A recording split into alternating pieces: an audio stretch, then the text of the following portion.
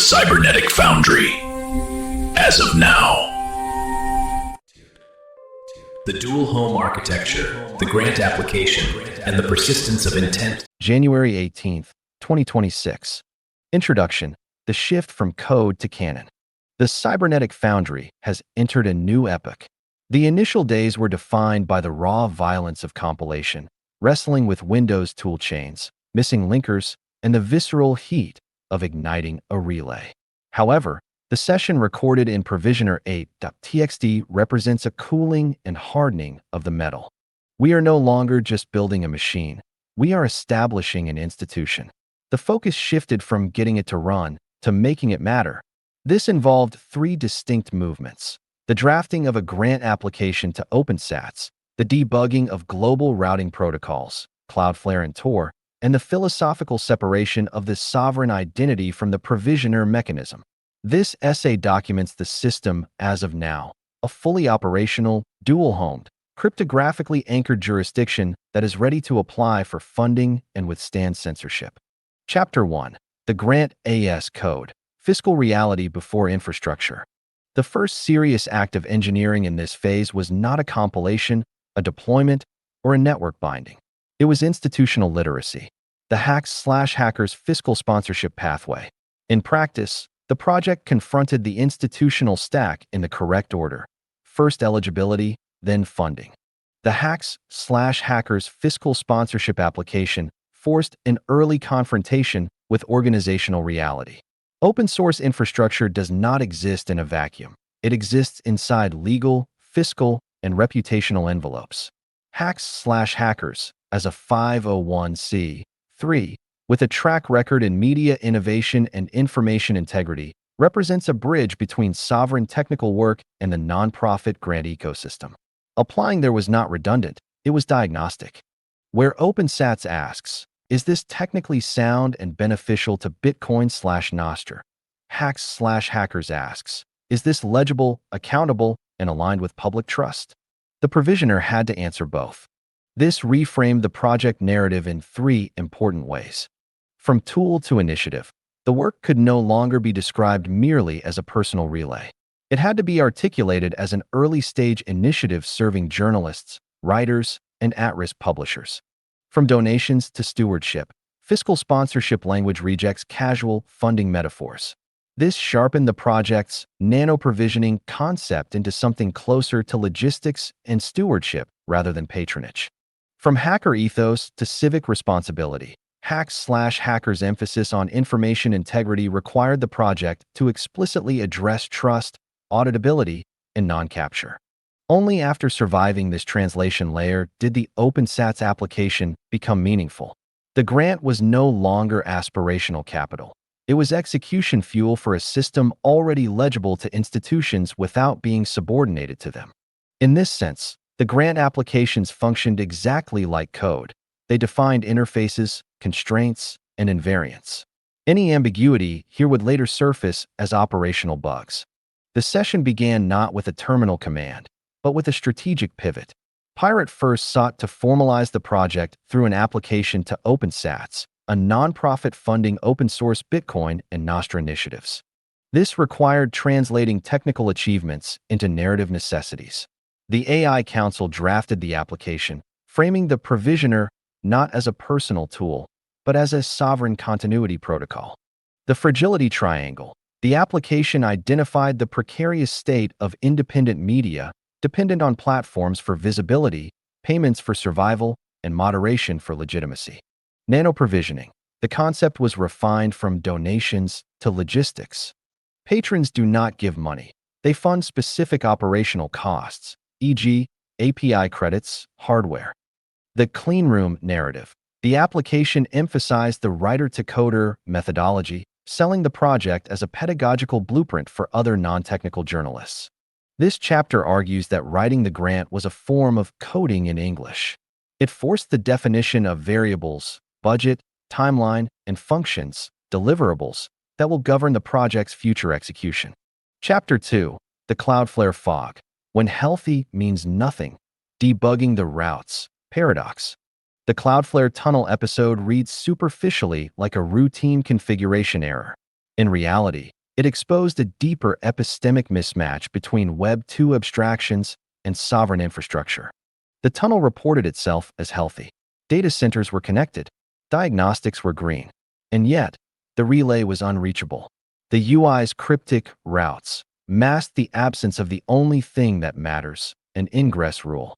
The resolution, discovering the hidden public hostnames tab and explicitly mapping a hostname to localhost 7777, was trivial once seen. But the insight was structural. Availability signals without routing semantics are meaningless. Returning to the technical layer, the subject faced a confounding issue with the Cloudflare tunnel. Despite the tunnel reporting as healthy, the public endpoint was unreachable. The console displayed a cryptic status, routes. This was a UI/UX failure on the part of the service provider, but it became a test of the subject's persistence.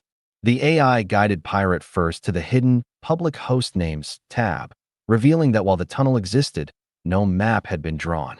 The subject had to explicitly map sovereign_pathway to localhost 7777. The breakthrough here was not technical, but semantic. The subject realized that tunnel healthy equals traffic flowing. A road can be paved perfectly, but without a signpost, it leads nowhere. This chapter highlights the friction between Web 2 convenience, Cloudflare, and the granular configuration required for sovereign routing. This episode hardened a core design intuition. Convenience platforms optimize for the illusion of simplicity, not for epistemic clarity. Sovereign operators must assume that green lights lie. Importantly, the final decision was not to prettify the endpoint. The canonical address remained. https://sovereign_pathway sovereignrelay.xyz. No aliases. No root vanity. No duplication. The name itself encodes intent. This is a pathway, not a product surface. Chapter 3. The canonical decision. Separating authority from coordination. Splitting identity, XYZ, from provisioning, Quest. Pirate first proclaimed the split between sovereignrelay.xyz and provisioner.quest, but understated its constitutional significance. A critical architectural decision was made regarding domain names. The subject holds two domains, sovereignrelay.xyz and provisioner.quest. In a moment of high-level systems design, Pirate first established a canonical hierarchy. Sovereignrelay.xyz. This is the canonical relay endpoint. It represents the empowerment plane, the raw, unmanaged availability of data. Provisioner.quest. This will serve as the coordination plane. It allows for build differentiation, opt-in provisioning, and governance. This decision prevents identity drift. By keeping the relay's identity separate from the mechanism that funds it, the subject ensures that the data remains sovereign even if the funding model changes. The AI reinforced this, noting that endpoint is the relay. Everything else discovers it. Canonical authority lives at the relay level. Pubkey, database, SDRFRY process. Coordination and differentiation live elsewhere. Provisioning logic, build signaling, user-facing explanations. By refusing to overload the relay domain with provisioning semantics, the project prevents identity drift. If funding models fail, if coordination layers evolve, if UX experiments collapse, the relay remains unchanged and discoverable. This mirrors mature distributed systems. DNS is not identity. Cryptographic keys are. Chapter 4. Tor binding. The discipline of invisible systems. Permissions, ports, and the dead circuit, hallucination.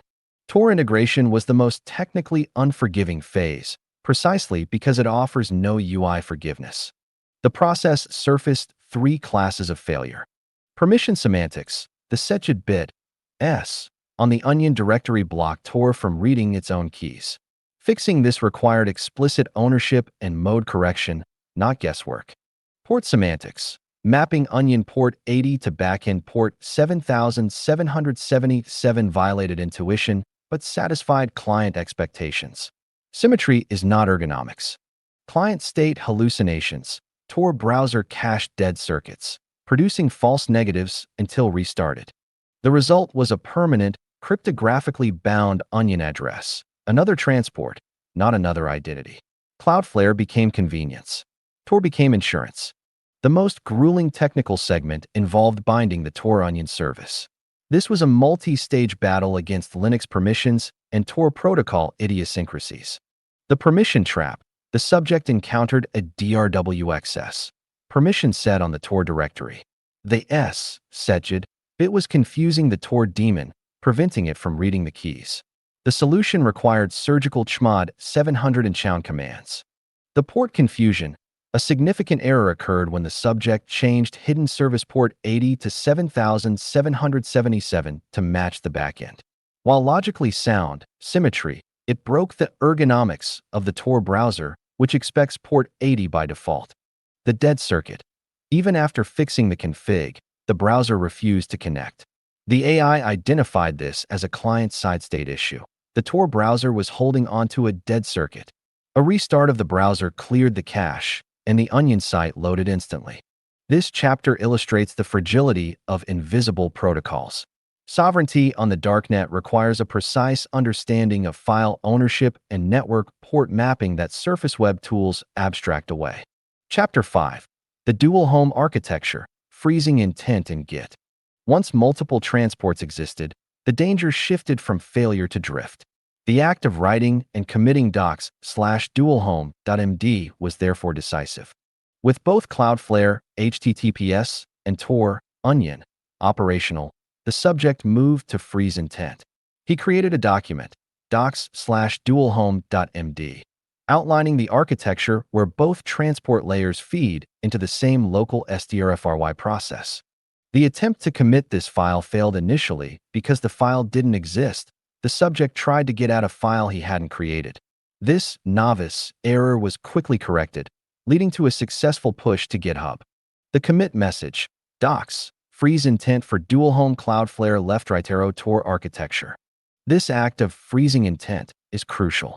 It transforms a temporary configuration into a permanent architectural standard. It signals to future auditors and grant reviewers that the dual home setup is deliberate, not accidental.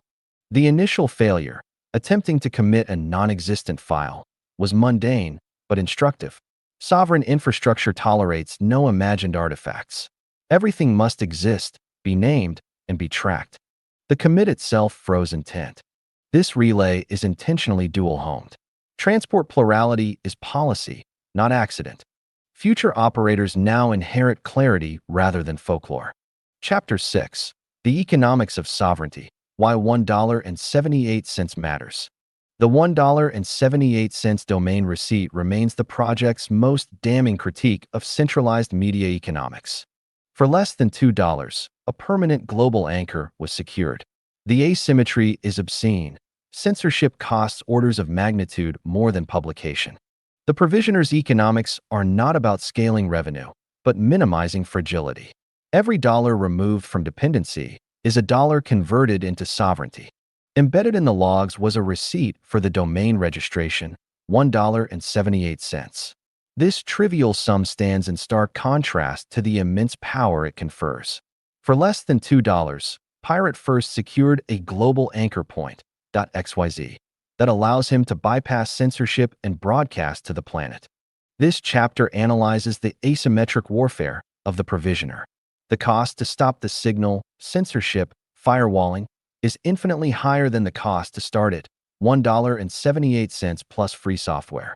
This economic efficiency is a core component of the provisioner philosophy, utilizing low-cost tools to build high-value jurisdiction. This split is the project's deepest insight. Chapter 7. Sovereign versus Provisioner.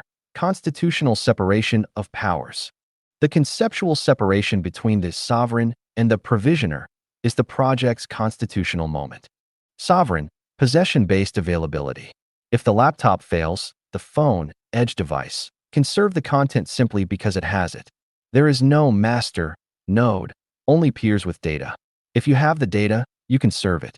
Provisioner, the layer of coordination, signaling, optional support, and funding. Finance may fail. Authority must not. This split ensures that survival is decoupled from finance. Even if the provisioner layer, funding, collapses, the sovereign layer, data availability, persists via the P2P mesh. This distinction is the project's strongest defense against capture by financial interests. Chapter 8.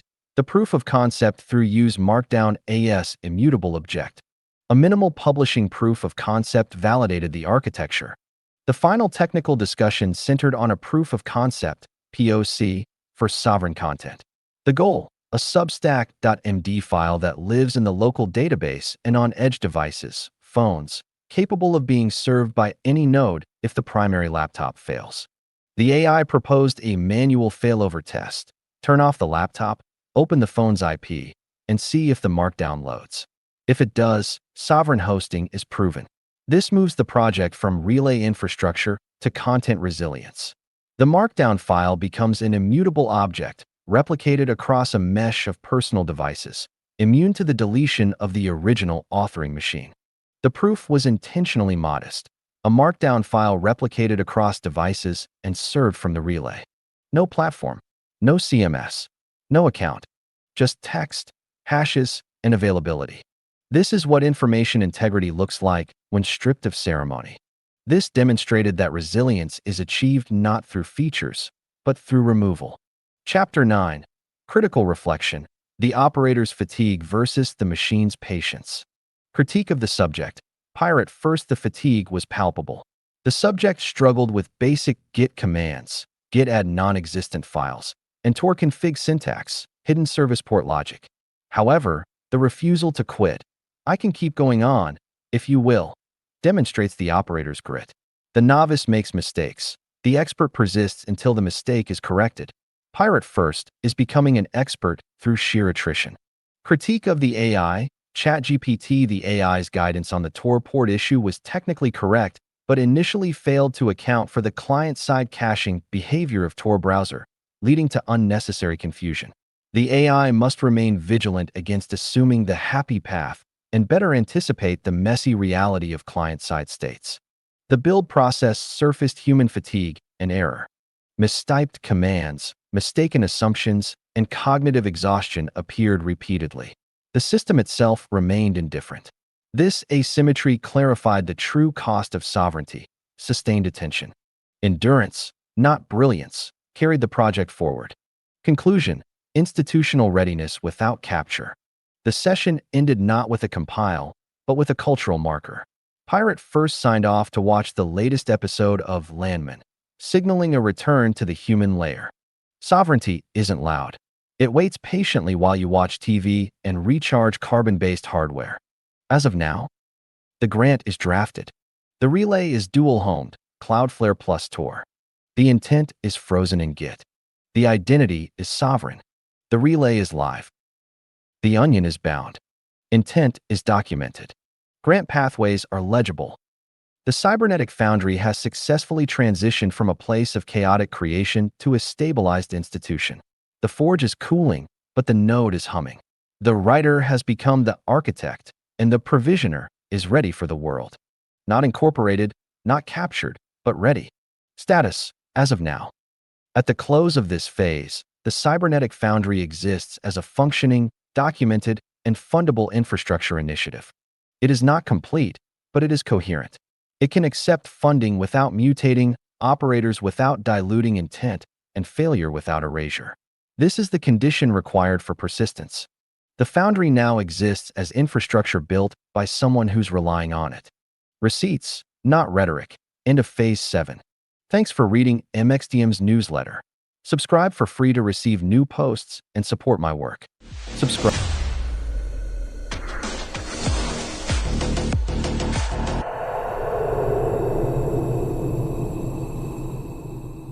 Bolivar, the Bankster's Liberator. A forbidden history of Simon Bolivar and the invention of modern servitude. MXDM, the Banker's Liberator, the debt that called itself freedom. 2 centuries after his bones were dug up for the cameras, Bolivar still owes the world an explanation. Not for what he fought, but for who financed the fight. Behind every cry of liberty was a ledger. Behind every revolution, a banker counting bayonets as assets. And behind the marble hero they sold us, a man broken by Parisian debts, refitted by London credit, and embalmed in interest. The republics that rose in his name were plantations reborn as portfolios. The chains became contracts. The whip, an exchange rate. Freedom, our first and most seductive loan. They called him the Liberator. History may yet remember him as the world's first collateralized saint.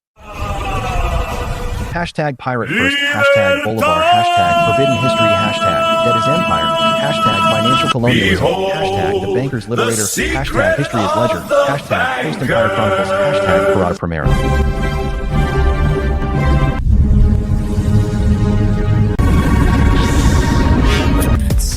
This is awakening.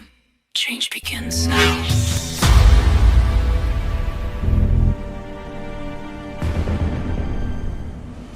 Techno-nomads who arbitrated the fall of nations.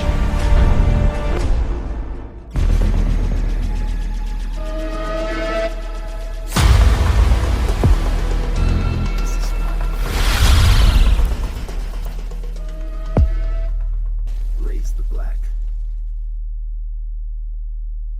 And so we did, and so we never lowered it again. Patience and a quiet venom, smart and slow. Under static anchor spreads, code drips below. No peace in the silence, just a warning. Raw heartbeat sinks with the siren of new war. Bitterness bites and I sip on the glitch.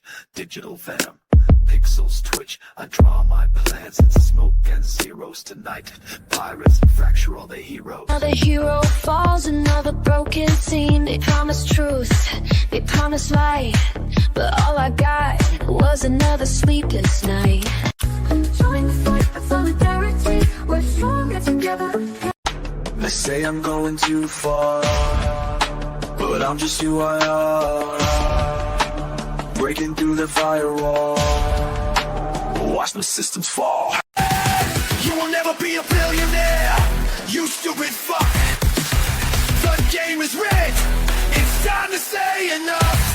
Will we take the wheel? Will they save us all? Or play the flow? The clock's ticking fast. Where do we go? Knowledge, power, the future seed belongs to us all, not the lords of greed. Claim it now like the end of the ring. Save your ability inside this thing. But every corrupt system falls. Control, delete the...